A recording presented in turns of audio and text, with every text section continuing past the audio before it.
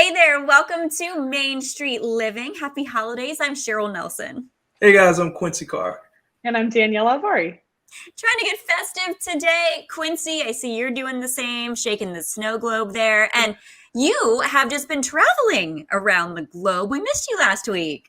Yeah. I got a chance to get back to what I was doing 18 months ago.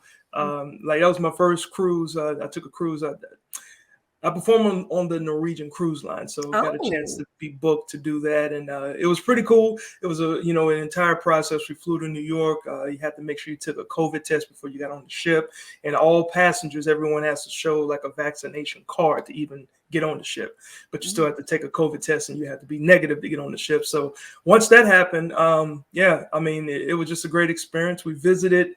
We were in the Virgin Islands. I'm sure the pictures will show. Yes. Got a chance to get a little, sun and enjoy the water. You see my feet. Quince. Yeah, Jealous. I don't have the best feet in the world. No one's looking at your feet. They're all looking at the water, the beach.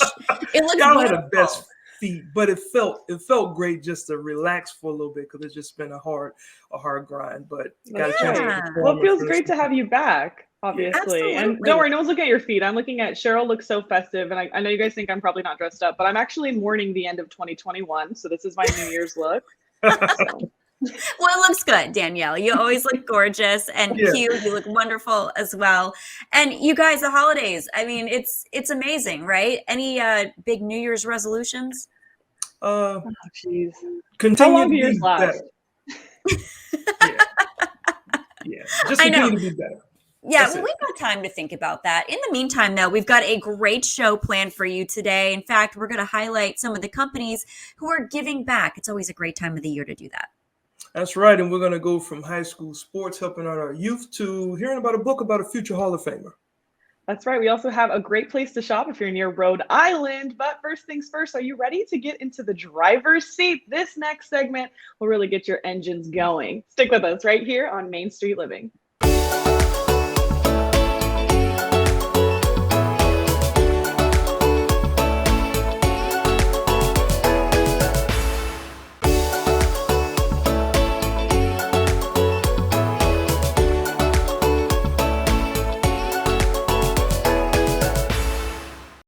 Hey guys, welcome back to Main Street Living. Now, ladies, with the holidays here, many of us will be able to take some downtime and catch up on our favorite shows. And if you're looking for something to add to your watch list, Danielle, Cheryl, we just happen to have a suggestion for you, right? That's right. Tom Gregory, the host of our YurView sister show, Driven, is here with some behind-the-scenes tales about the recently released season 3 of Driven. Welcome to the show, Tom. Welcome. How's life on Main Street going for you guys?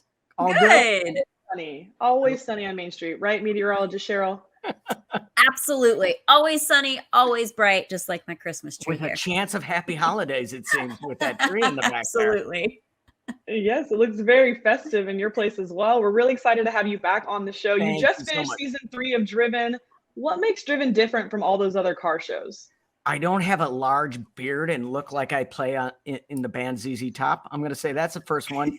2, you never see my tattoos. You don't know where they are. It's a mystery, unlike other car shows.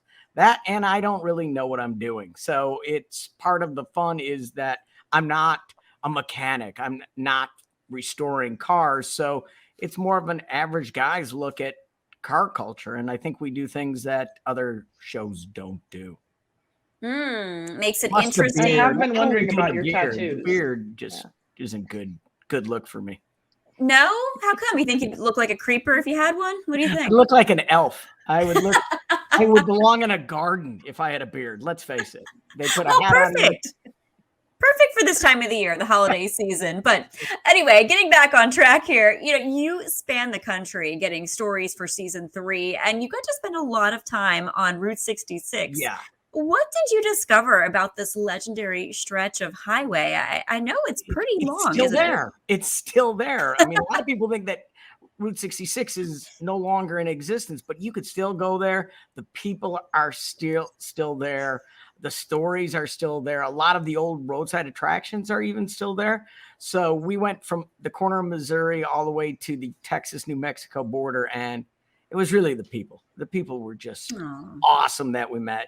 Lots of stories, lots of fun, and some things that you probably want to do and not want to do. You don't want to do that 72-ounce steak in Amarillo at the Big Texan. 72-ounce steak. Oh, You goodness. have an hour to finish, or you pay. No. Nope. That's a no thanks. Yeah, 72 ounces of anything is just disgusting. But we saw it. We didn't do it. It was like, no, thank you. Well, let me take you from steak to what I'm assuming is avocado toast, because you also spent some time in Southern California, where There I you go. am, Yes. trying out a variety of alternative vehicles, 3-wheeled, electric, and even a boat. How did you manage to get yourself behind the wheel of a boat? Or is it Well, something it was really a 52 Ford. So the boat, Kohlercraft Marine builds boats, right? They do wonderful, incredible boats. And the gentleman, CF, has a 52 truck that he uses as a work truck. And I think that's a trend where people will end up using an old truck to do a work truck because you can fix it. You don't have to be a computer NASA genius to fix this truck. If it breaks down, you're only driving at 15, 20 miles a week. So out of that truck, I asked him about the boat. And hey, what about getting behind the wheel of a boat? And all of a sudden we're in San Diego Bay. And except for a slight run-in with the Navy gunboat, it was all awesome. I'm kidding. The Navy gunboat just looked at us. I was a little paranoid because I'm not a boater. I'm not a driver. You don't want to mess with them. Well, wait, don't you need a license? How do they even let you out there on the water? I mean, we have a captain. CF is a captain, and I was just driving it. But you are, and a TV show. They let people with TV shows do whatever they want. There you go. Special treatment. That's a great new TV show. You just bring cameras anywhere and see what you can get away with. Oh, great. Don't give people ideas. Next year on Driven. Oh my gosh. Okay. Now this is something that I think is interesting. While you were in California, you learned about something called the pucker factor. Yes. What is the pucker factor? Well, how do I describe it?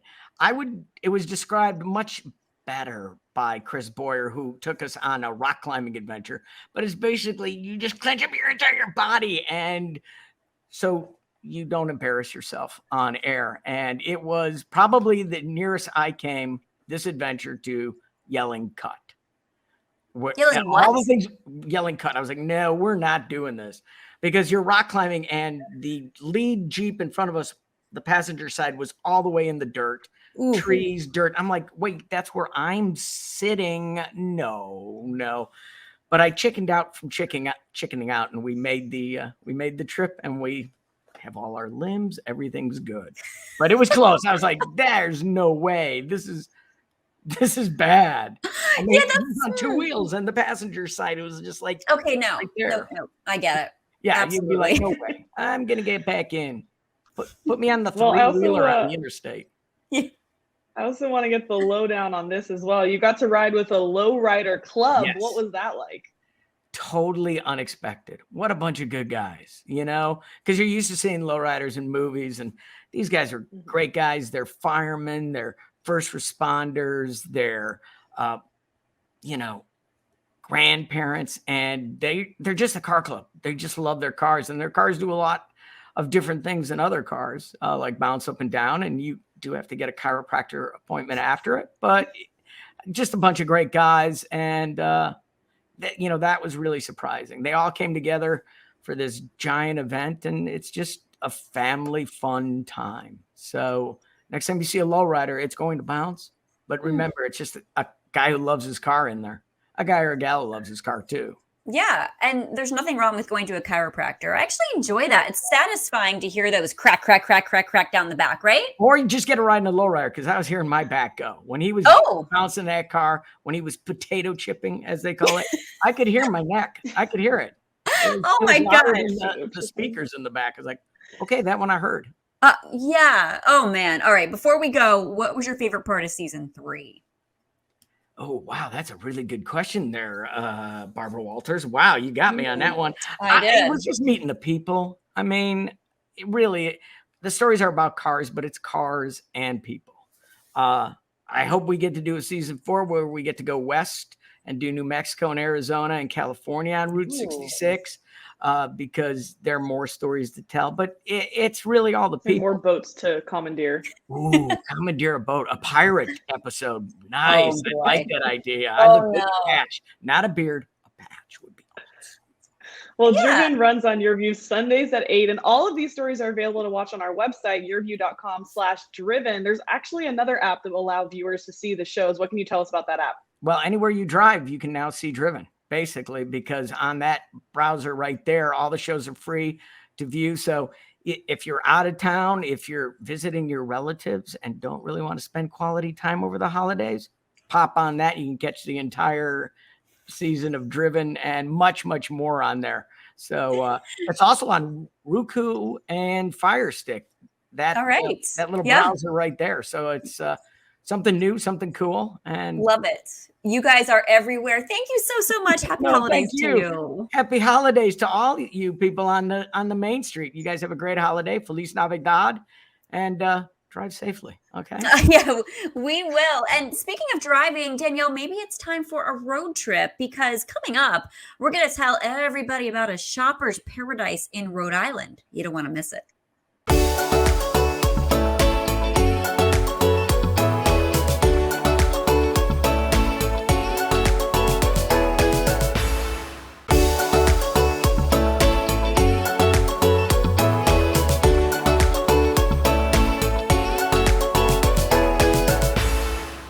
Welcome back to Main Street Living. Quincy, Danielle, we are deep into gift giving season. And if you are looking for something unique, handmade, or vintage, your shopping options can be more limited. That's right. But if you're lucky enough to be near Providence, Rhode Island, we found a spot where you can check everyone off your gift list. Take a look at this shopper's paradise. My name's Maria Taco, and I'm the owner and market manager of the Providence Flea. The Flea is a vintage and artisan maker market that I started in 2013 along the river in downtown Providence, and we're now a year-round market. We're now indoors for our fall and holiday markets. You know, we started with about 30 vendors, and we now have 300 participating in the fall and winter markets. Our vendors really kind of run the gamut, from vintage vendors to artisans, artists, makers, bakers. We have pet vendors, we have apothecary vendors, we have vendors who make handcrafted candles, clothing vendors, you know, pre-loved and consignment clothing. There's nothing new at our market unless it's handmade, and that is our specialty. So we have only handmade and artisan-made and vintage items. The work and merchandise of artisans and makers and local vendors are not stuck on cargo ships. They're right here for the taking. And you know, when you buy something from a small independent business, you know, you're supporting not only that person, but those dollars as they're spent elsewhere in the community by those vendors.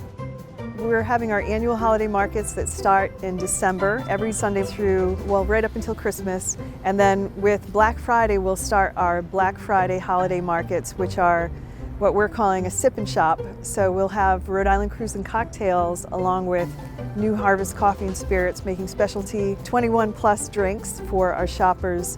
And you can check our website at providenceflea.com for the complete indoor schedule, as well as the schedule for next year. A lot of people have told us this is the sort of feel-good shopping experience of the year for them, because what they find here are really one-of-a-kind gifts that you won't find anywhere else. You certainly won't find them in just regular retail outlets or from big online retailers.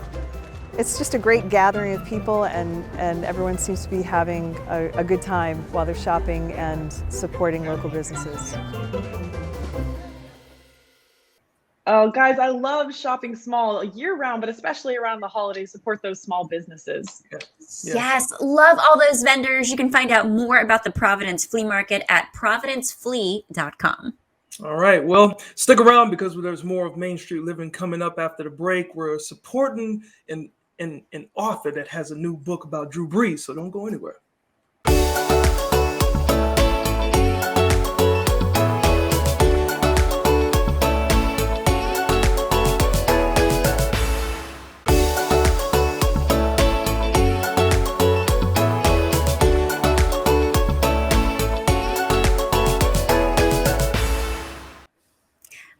back to Main Street Living. Danielle, Quincy, Drew Brees is one of the few sports stars that seems to be universally loved, or at least admired by fans of any team. In fact, I remember when he played for Purdue in the Big Ten.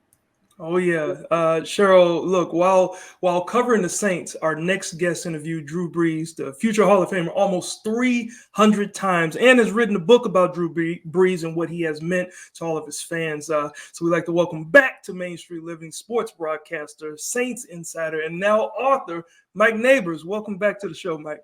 Thanks so much for having me. Happy holidays, everybody. Happy holidays to you as well, Mike. We talked to you before. You've covered every single game that Drew Brees has played with the Saints. Now, what was it about Drew Brees that made him such an icon, both with the Saints and just in the city of New Orleans?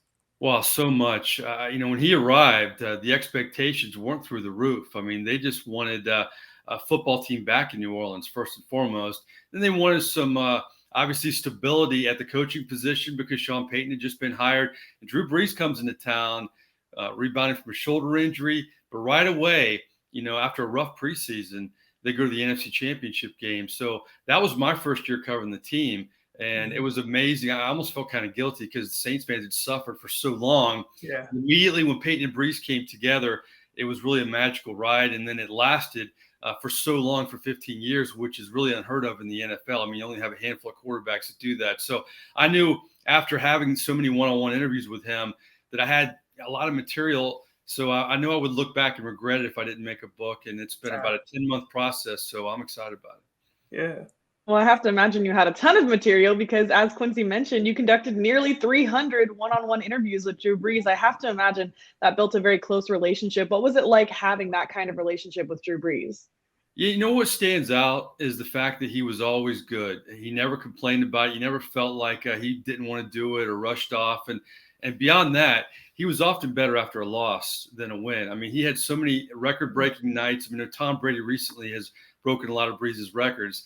But on those record-breaking nights, he may complete, 28 to 30 passes, and he would lament about the 2 incompletions. But on the nights of the heartbreaking losses, he knew he was the leader of the football team, and what he said mattered. I mean, he wouldn't say that, but he knew it, and it did mean something. So he was often better after a loss, just knowing he was the leader of a football team, and that's so rare as for a professional athlete to act that way with the media. Yeah, and I have to say, as a Dallas Cowboy fan, we beat the Saints earlier this year. I'm glad we didn't have to play Breeze or any Alvin Kamara and any of those guys. It made it a little bit easy, okay?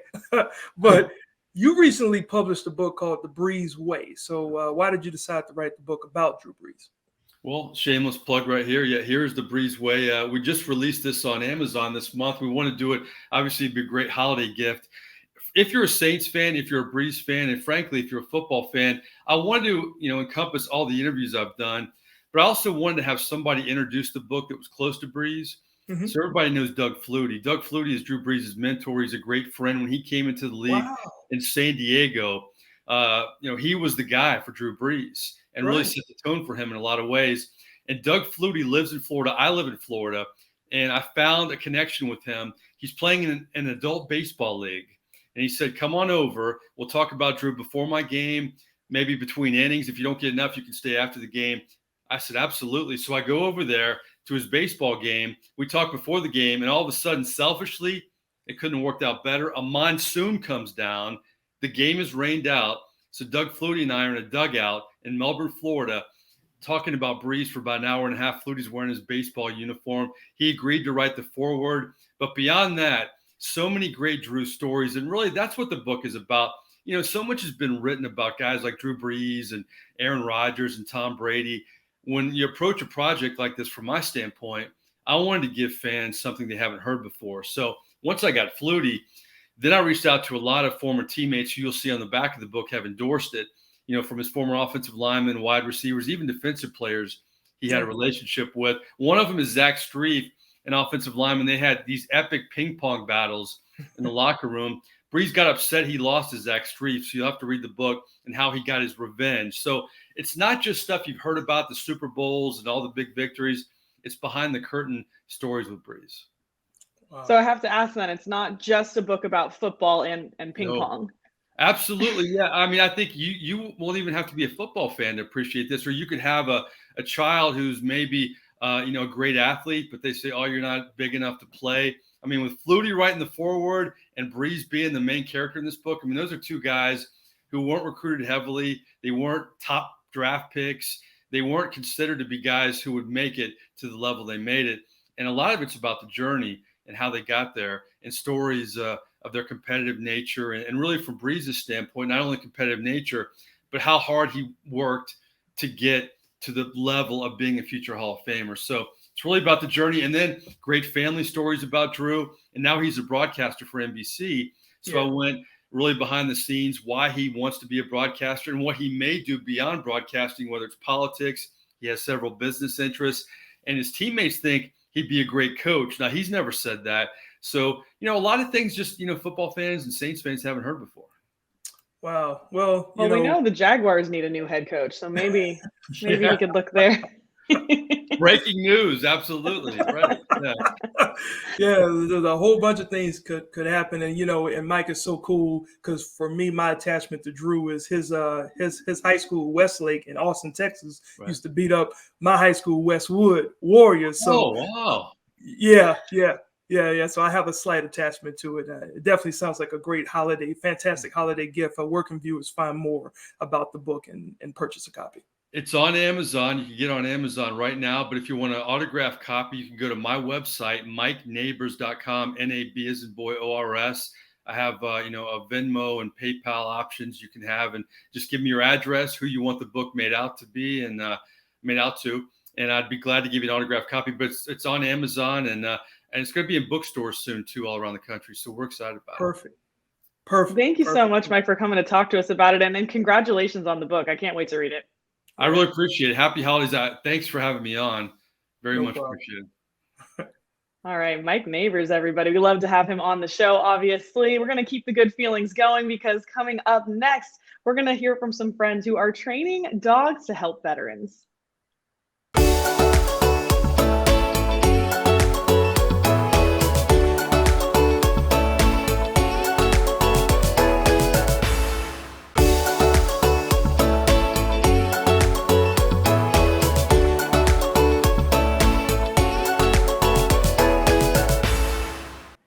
Welcome back to Main Street Living. Danielle, Quincy. We love to see businesses supporting organizations that are doing good in our community, and especially when it impacts our veterans. Like Quincy, you're a vet, right, Q? Hey, absolutely true, Cheryl. I am a veteran. In fact, a California law firm is providing support for Shelter to Soldier. It's a nonprofit. It's a nonprofit organization that saves dogs and veterans in need. In fact, take a look at how training is going for a future service dog we know as Barney. Barney's doing great in his training. He has all of his foundation obedience check marked and finished. Good job, Barney. So he's now moving into what we call public access training, which is like, a day like we're doing today, getting him out in the town, getting him into grocery stores, elevators, around more distractions in real life. At Shelter to Soldier, being a private nonprofit, we rely on the community, individuals, entities, organizations, and companies to support our mission. The only way we can donate these animals is through that support. Yep. Thankfully, we have sponsors like the Barnes firm that get behind us. Our community is everything. It's where we live, it's where we work, it's where we raise our children. As one of the leading law firms in California, we at the Barnes firm believe it is really important to give back to our community. Our mission at Shelter to Soldier is twofold. We're saving lives 2 at a time. We adopt dogs from shelters and rescues across California, and we're training these dogs that are carefully evaluated for 12 to 18 months, and they're going to become psychiatric service dogs that are later placed with post 9/11 combat veterans. The veteran gets to pick the dog. It's like a matching process, a little speed dating. They come in, and based on like their lifestyle, their needs, we set them up with different dogs that fit that criteria, and then they get a pick who's going to be the best fit for them. The Barnes firm is honored to support Shelter to Soldier because our founder, Steve Barnes, was a captain in the Marines and served in Desert Storm. And our firm is founded on the military principles of hard work, dedication, integrity, and service. And so it was a natural fit for us to collaborate with Shelter to Soldier. This team of amazing individuals has come together, and they've actually sponsored 3 dogs, one of them being our pal Barney. He's just a handsome chocolate lab pointer mix, we believe, rescued out of a shelter, believe it or not. And he was named after the late Steve Barnes, which brings a lot of personal meaning to the team at the Barnes firm, to our organization. So being able to carry on that legacy through Barney's work and helping fellow veterans, really important to everybody, us included. It's quite an honor for us to have Barney join the family, and we're looking forward to meeting the service member who he's paired up with. Yeah, Shelter to Soldier is 9 years young. We've been fortunate to help almost 50 veteran service dog teams to date. We have 29 dogs in for training currently, and 16 teams in training from those 29 dogs. Our goal is to continue to help those in need, both canine and human. And it's hard to say no when someone reaches out and they need help, and you can feel and sense their desperation. We want to have more yeses, so we can do that with more support. Oh, you guys, Barney, how cute was that? And I just love how they compare it to speed dating. Yeah, well, I would rather speed date a dog, to be honest. Yes, because you get the unconditional love from the animals. Yes. I love that. You get a chance to pick your favorite dog. Well, for more information about this incredible program, you can click on over to thebarnesfirm.com/shelter to soldier. And coming up, we're going to hear about what's going on in high school sports right here on Main Street Living.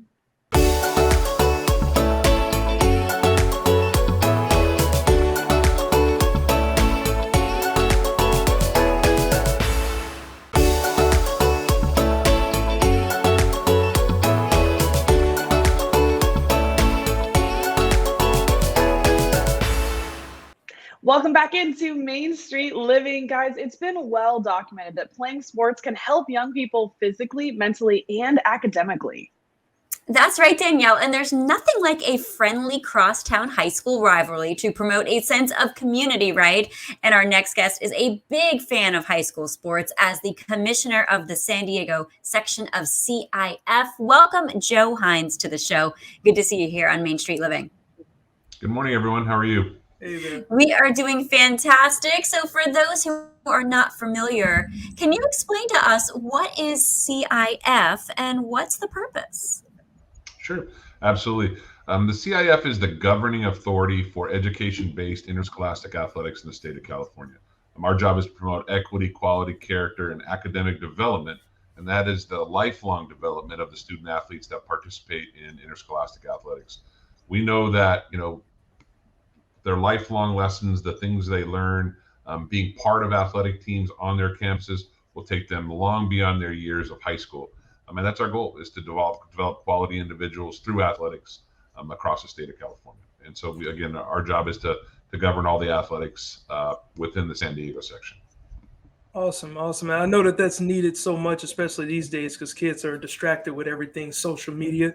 So to play sports, it keeps them engaged, But Joe, tell us what's going on with the San Diego high school sports these days. Absolutely. Thank you. Great question. Well, I think we're all very familiar with COVID and the impact it's had on everyone and society in general. And it's had a huge impact on the social emotional well-being of our students, not just from the fact of being relegated for quite some time to a virtual type learning scenario for school, but just the absence of athletics, the health and safety pieces that have never ever been associated with high school athletics that are now concerns of athletic directors, schools. So it's been a challenge here. Last year we had a modified year. We basically went from the spring of 2020 all the way to the spring of 2021 with no sports and really not kids on campus. So we jammed last year in the springtime all of our sports into, instead of 3 seasons of sports, into 2. So it was quite busy, all the health and safety stuff that went on with our schools. It was quite a spring season, and we turned right back around and started in the fall, got kids back on campus, put our calendar back to 3 seasons like everyone's used to. It was great getting kids back on campus, and we thought we'd have COVID in the rearview mirror by this time, but unfortunately it's still sticking around. But we got through our fall season of sports, just finished up our last fall championship last weekend, so we're right in the middle of our winter sports with, spring sports right around this corner starting the first week of February. So we're full speed back on it here and excited to be back. Yeah, a lot Well, going on. good. Yeah, I know people want a sense of normalcy, and it's hard to do that during COVID, but it's good that you guys are still playing the sports. And I know CIF has partnered with YurView to bring more high school sports to our viewers. Why do you think it's so important for the community to be involved in the local high school sports? To me, it's critical what we do from us as a section office to our schools, promoting high school athletics, promoting equity, those things that are our goals and visions throughout the state. Just having kids be able to showcase their talents, all their hard work. Some of our stuff's been done. Our state has partnered with some online streaming company through the NFHS, which is the National Federation of High Schools. That's provided some additional opportunities for our families, again, to showcase our kids and have them be out there. And just the opportunity here locally with partnering with YurView and again, getting to highlight and showcase all the hard work that goes into and the time and effort of those student athletes being able to showcase that via their games, and actually what we call kind of like payday for those student athletes, where all their hard work gets showcased, and just again being able to do that and represent our community and spotlight on both our male and female student athletes is just an incredible opportunity. We're excited about expanding on that. Yeah, and Joe, talking about expanding, you mentioned a couple of things, spotlight and showcasing. Now, you're also focused on showcasing some of the sports that don't usually take the spotlight, as well as girls' sports. And I know that's very important, okay? So why is that the priority of CIF? Well, I'm wearing my Title IX jacket right here. This is the 50th year celebration of Title IX. So for us, just when we came into this position, this job, one of our highlights and one of our areas of focus moving forward in this section was strengthening our commitment to both gender and racial equality. Those things have been huge for us. So the gender piece and being able, again, to highlight females, to be able to expand our number of female athletic directors, our number of female coaches, and our number of female athletes is a huge part of what we do. And again, by showcasing that, showing that out to the public, seeing that there's female athletes playing, enjoying themselves, thriving in that athletic environment is key for us. And again, it's just great to have that opportunity to highlight those girls that, in the past, maybe it's been football or basketball, but the more we can do, the better for us as a section. Oh yeah, gotta love that girl power too. I remember playing softball in high school, and it was so much fun to be able to do that. I played softball. Yeah, I may be fun size, but I can pack a punch. I know that softball. Yeah, that's what I do every weekend with my daughter. We're softball every weekend out in the travel world, so it's definitely a lot of fun out there. So I know how much she enjoys softball, so that's awesome. Oh, and you know that from being not only a dad, but also your background as a high school coach. And so from witnessing all of this, how do you think playing sports, for kids getting involved helps them in school and also in life? Well, just what you said, it's being involved. It's that dedication, commitment. I'm learning to be part of a team. I'm having, responsibility. Learning to deal not only success, but dealing with adversity and failures and being able to persevere and move forward. Those are all lessons that are learned on the court, on the field, in the pool. But again, just those lifelong lessons and values are the things that are going to take them and lead them on well beyond the years of playing sports. I mean, let's be realistic. About 96% of all athletes, their last day on the field is typically the last day they'll play sports in high school. So, a very small percentage of kids actually make it to that next level, but everyone's making it to the next level of life. And our goal is, again, to instill those values that are going to take those kids into the workforce, into college, whatever they do, being parents, and making them successful in those aspects of their life. Such good advice there. And it's all so true. Where can our viewers go to learn more information about CIF and everything you talked about today?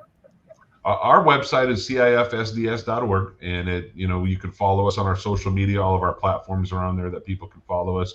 All of our rules, everything about eligibility, highlights, messages, showcasing our athletes.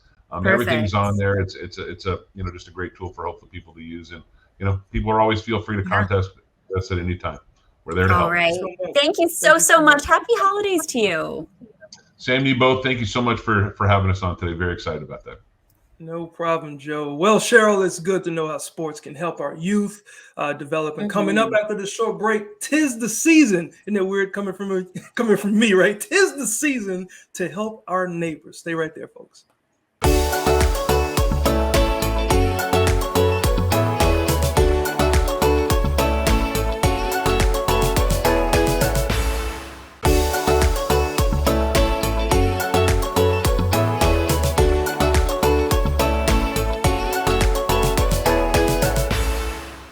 Hey guys, welcome back to Main Street Living. Now, Danielle, Cheryl, no matter what time of year it is, sometimes we all need a little extra support. And that's especially true for folks who find themselves homeless.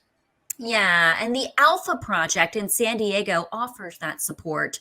And this unique program helps homeless people who are motivated to change their lives do the hard work needed to become self-sufficient. Let's take a closer look at this organization in action.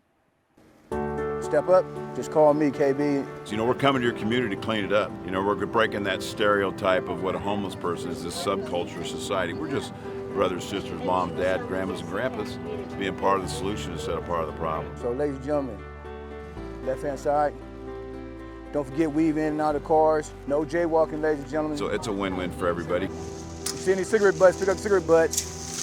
But ain't no race, y'all. The difference between Alpha Project and others is, as I said, we have 2 elementary schools here, a half a block away from us. We maintain those campuses. We mentor those kids.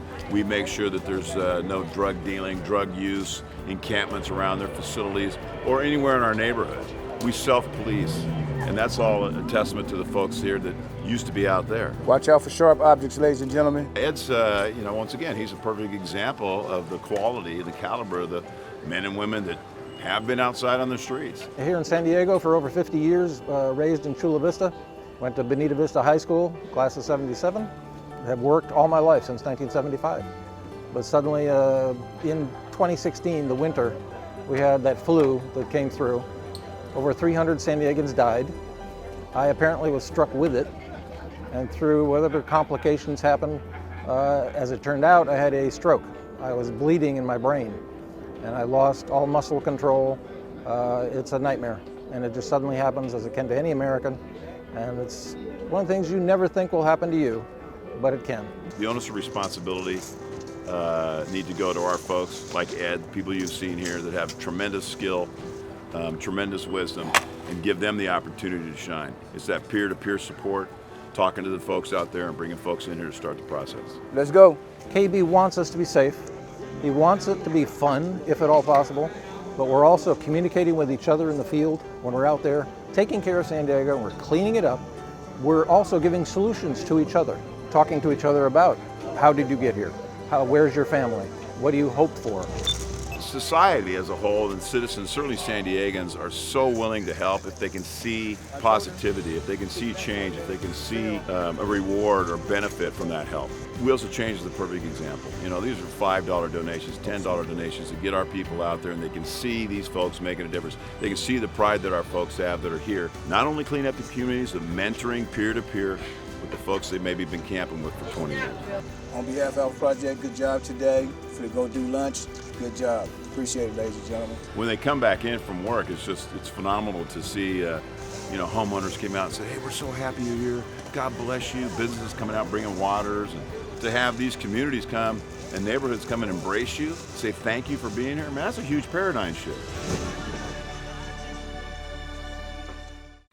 Wow, well, ladies, I think it's pretty cool. Homeowners and businesses all embracing these awesome people who are making a difference. It's really great to see. Yeah, it really is. And to learn more about the Alpha Project or to support their efforts, you can reach out to alphaproject.org. But don't go anywhere, because straight ahead there's more Main Street Living.